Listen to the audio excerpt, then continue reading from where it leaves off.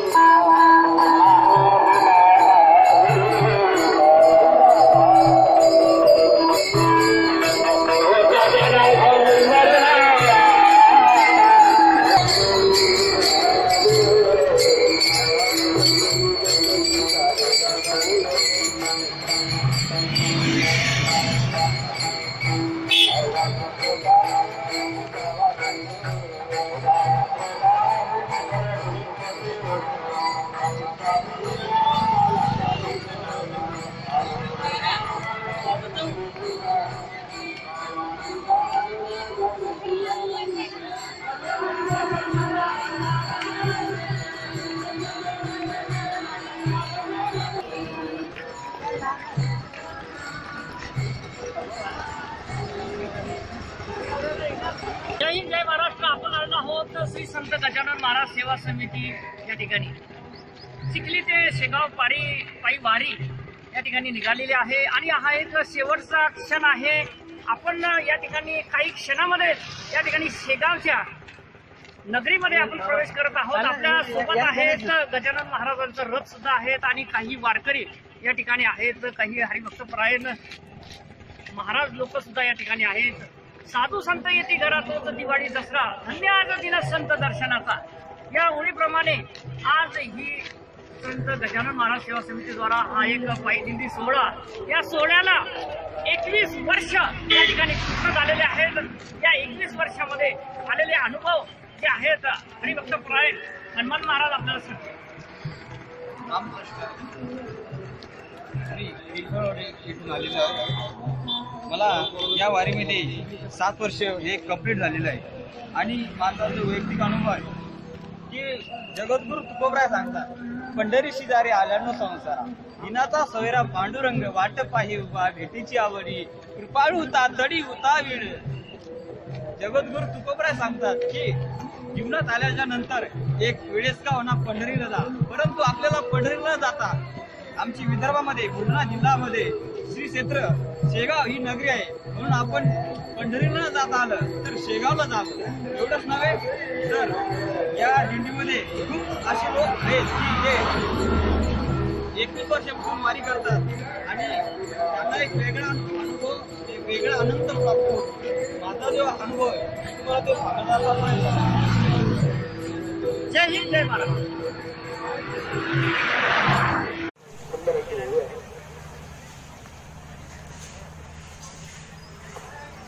या ओवीद्वारे भगवान श्री ज्ञानोबारांनी आपल्याला योग भक्त पुरुषांचं वर्णन ठिकाणी दिलेलं आहे. चातुर्य लक्ष्मी महत्व हरवी आणि तिथे पण मिरवी आवडून काय दरवर्षीप्रमाणे याही वर्षी 21व्या वर्षामध्ये आपण पदार्पण केलेलं आहे आणि या ठिकाणी चालत असलेला आपला अखंड दिंडी सोहळा पायी दिंडी सोहळा आपण दरवर्षीप्रमाणे याही वर्षी आपण सर्वजण परमार्थ सहवासामध्ये दिंडी सोहळ्याच्या वतीने या ठिकाणी सर्व एकत्र जमला आहे. बरं का?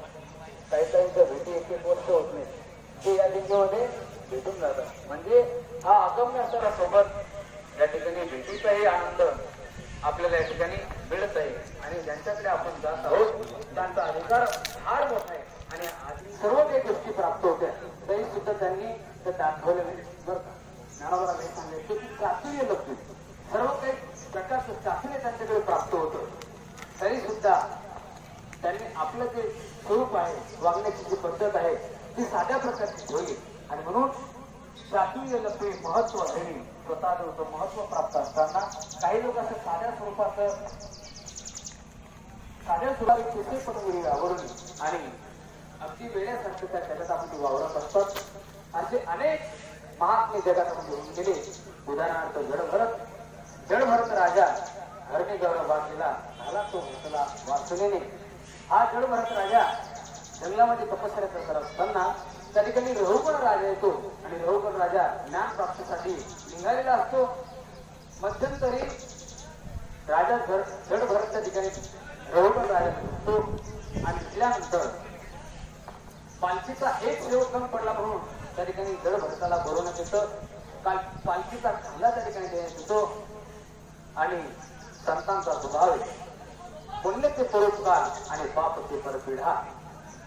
दुसऱ्यावर परोपकार करणं हेच नाही एक पुण्य. बरं का? पाप पुण्याची व्याख्या तुकोबाराने सुंदर सांगितली. तुकोबारा म्हणतात पुण्य ते परोपकार आणि पाप ते परपीडा. दुसऱ्याला पीडा देणं हे सगळ्यात मोठं पाप आहे आणि दुसऱ्यावर परोपकार करणं हे सगळ्यात मोठं पुण्य आहे. लक्षात घ्या. बाकी काही व्याख्या तुकोबाराने सांगितलेली नाही. बरं का? आणि म्हणून अशा प्रकारची साधना करत असताना त्या ठिकाणी जडभरत मुंगीत समोर आल्यानंतर पाय उचलतो. म्हणजे मुंगोर सुद्धा पाय पडू नये अशी त्याची भावना. आणि मग जशी मुंगी समोर यायची तसं जडभरत आपला पाय उचलून टाकतात. पाय उचलला म्हणजे रघुकुळ राजाला डोक्याला मार लागायचा. बरं का? आणि कोण आहे म्हणून जेव्हा पालखी उभी केली आणि सांगितलं झालं की हा होतो. अरे तुझं नाव काय, कोण तू, असं विचारल्याबरोबर जडभरत राजा सांगतो या देहाला जडभरत असे म्हणतात. मला सांगायचं एक आहे चातुर्य लक्ष्मी महत्व हरवी तिचे पण मिरवी आवडून. तसंच आपण ज्यांच्याकडे चाललो त्यांचा अधिकार फार मोठा आहे. बरं का? महाराज त्यावेळेस प्रगट झाले. महाराजांना कोणीच त्या ठिकाणी ओळखलं नाही. बरं का? ज्यावेळेस महाराज प्रगट झाले शेगावात अनंत लोक होते पण तरी सुद्धा महाराजांना दोनच लोकांना ओळखलं. आपण नेहमी एक अभाव म्हणत असतो परम मित्र संकट दामोदर भाग्यवान हे दोघेच पुरनर केले दर्शन बाल योगीचे गावडी प्रभूचे गा माघ सप्तमी पुण्यजा दिवशी प्रगटला योगी महा. दोनच लोक त्या ठिकाणी आले. बरं का?